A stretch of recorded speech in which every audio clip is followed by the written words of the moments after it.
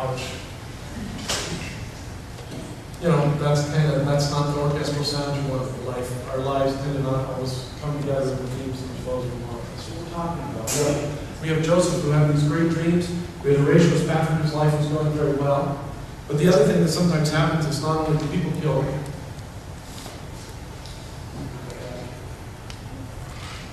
I'm trying. That's the right one. The other thing that happens to our dreams, people kill them, and circumstances overwhelm.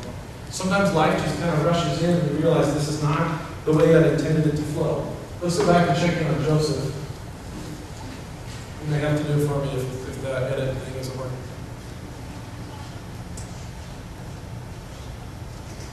Now, here's what happened. Joseph's brothers were so angry with him, they hated him so much for his dreams, they decided to kill him, literally. But just at the last moment, just when they were going to kill him, they changed their mind, and they decided instead to make him more money, and to sell him to some passing Ishmaelites as a slave. So they sold their own brother as a slave. Now, this is not the life Joseph had envisioned. This doesn't fit the dreams that he had.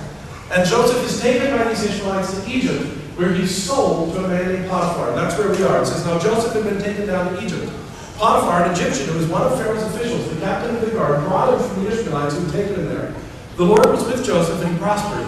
And he lived in the house of his Egyptian master. And when his master saw that the Lord was with him, and that the Lord gave him success in everything he did, Joseph found favor in his eyes and became his attendant.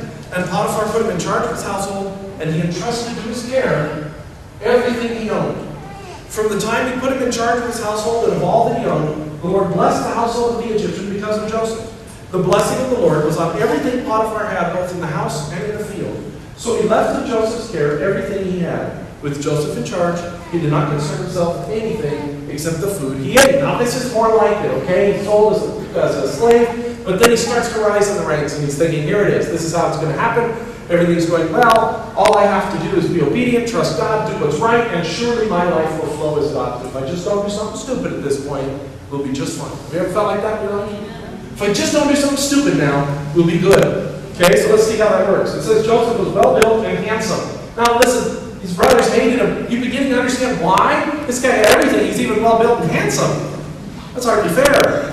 And after a while, his master's wife took notice of Joseph and said, come to bed with me. But he refused. With me in charge, he told her, my master does not concern himself with anything in the house. Everything he owns is entrusted in my care. No one is greater in this house than I am. My master has withheld nothing from me except you, because you are his wife. How can I do such a wicked thing and sin against God? And though she spoke to Joseph day after day, he refused to go to bed with her or even be with her. He's doing the right thing, isn't he? He's being smart. He's avoiding her. He's staying away. He says, this is it. I'm not going to spoil it. Potiphar's giving me everything. I'm not going to sin against God. I'm not going to sin against Potiphar. This is it. And this is how it seems our life ought to work. We do what's right. We do what we should. And it should flow into that nice orchestral sound. Doesn't it seem like that's only fair? One day, he went into the house to attend his duties, and none of the household servants was inside. And she caught him by his cloak and said, come to bed with me. But he left his cloak in her hand, and he ran out of the house. And when she saw that he had left his cloak in her hand and run out of the house, she called her household servants. Look, she said to them, this Hebrew has been brought to us to make sport of us. He came in here to sleep with me, but I screamed. When he heard me scream for help, he left his cloak beside me and ran out of the house. She kept his cloak beside her until his master came home, and then she told him this story. That Hebrew slave you brought us came to me to make sport of me. But as soon as I screamed for help, he left his cloak beside me and ran out of the house. When his master heard the story, his wife told him, saying, this is how your slave treated me. He burned with anger. And Joseph's master took him and put him in prison, the place where the king's prisoners were confined. Can you imagine? Can you imagine? Joseph was promised greater things. And all he has done at this point is the right thing. He's in prison. Can you imagine what he's thinking as he sits there in prison? I mean, really think about it. As he sits there in prison for what turns out to be a many-year stay in prison. Can you imagine as he's there in prison and he's thinking, I did nothing wrong. This is not the way it's supposed to work. This is not how my life is supposed to flow. And the question becomes, what is that theme that makes any sense of this? How does this life hold together anywhere? There's no sense to this. It's just chaos.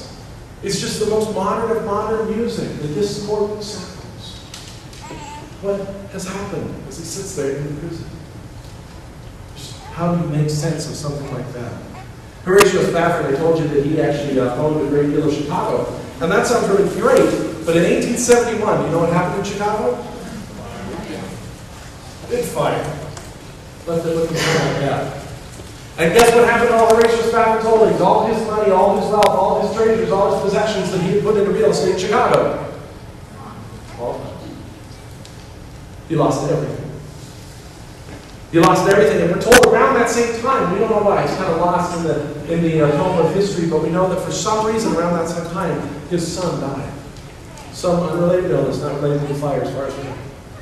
So he's lost his son, he's lost all his possessions, he's still got his wife and his daughters. He begins to try to rebuild his life and to rebuild his business, but it's certainly not the life that it was before, is it?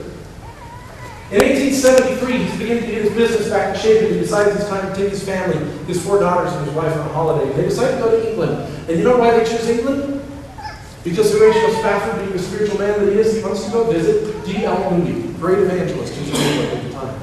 And so he decides he's going to go visit his friend D.L. Moody. So he gets with his family and says, we're going to go to England, we're going to go to church. They're very excited about it, but then at the last minute, Horatio is delayed by business, something he has to take care of. Because remember, he's got to rebuild this business. So he's got to take care of something at the last minute. He sends his wife and his 4 daughters on ahead, and they get off of the ship, and he says, I'll meet you there after you get there. His wife, Hannah, and his daughters, Janetta, Maggie, Annie, and Bessie, on November 21st of 1873, while they were sailing across the Atlantic, their ship was struck by an iron sailing vessel. Terrible accident. 226 people lost their lives in that ship accident, including all 4 of Horatio Spafford's daughters. This guy had everything. And now, within the course of a few years, he's lost all his wealth. He's lost his son, and now he's lost all his daughters. His wife makes it somehow surprised and gets English. She sends him a telegram which says, "Save alone. What shall I do?" Can you imagine the heartbreak, husbands, fathers? Can you imagine the heartbreak when you get a telegram from your wife and she's crying out to you from across the Atlantic? What do I do? And there's nothing you can do to help. There's no telephone to pick up. There's no email to send. You are stuck here. She's stuck there. Your daughters are gone. She's mourning. You're mourning. And you're apart. It's not a banner moment in Horatio's life, is it? So he wraps up his business as quickly as he can. He gets on a ship, which is going to take him, of course, a long time to get to his wife. But he gets on the ship and begins to sail across the Atlantic. And as they're heading across the Atlantic, the captain comes back to him and says, "If you're interested, I think this is the very spot on which your daughters died." And Horatio, he walks out to the railing, and he's standing there on the railing, he's looking over into the water, and he's saying, "This is where I lost them. This is where they died." What happens to our dreams? People kill them. Circumstances overwhelm them, and at a certain point in life, they just seem ridiculous in light of reality, don't they? Here's Horatio, and what does he got to cling to? What has he got? He's standing there in the ship. He's looking into the water and he thinks, it's all gone. Joseph is sitting in a prison, having had dreams about people bowing down to him, and he must be thinking, it's all gone. It just looks ridiculous in the face of reality. What must they be thinking? What would you be thinking in that situation? And let me ask you this. There's something God says at this point. And I bring this verse up not as a pat answer, but actually to show you how difficult this verse is in a moment like this. You're Joseph, you're sitting in the prison, you're Horatio, you're standing on the edge of the ship, and this is what God says to you. Be still and know that I am God.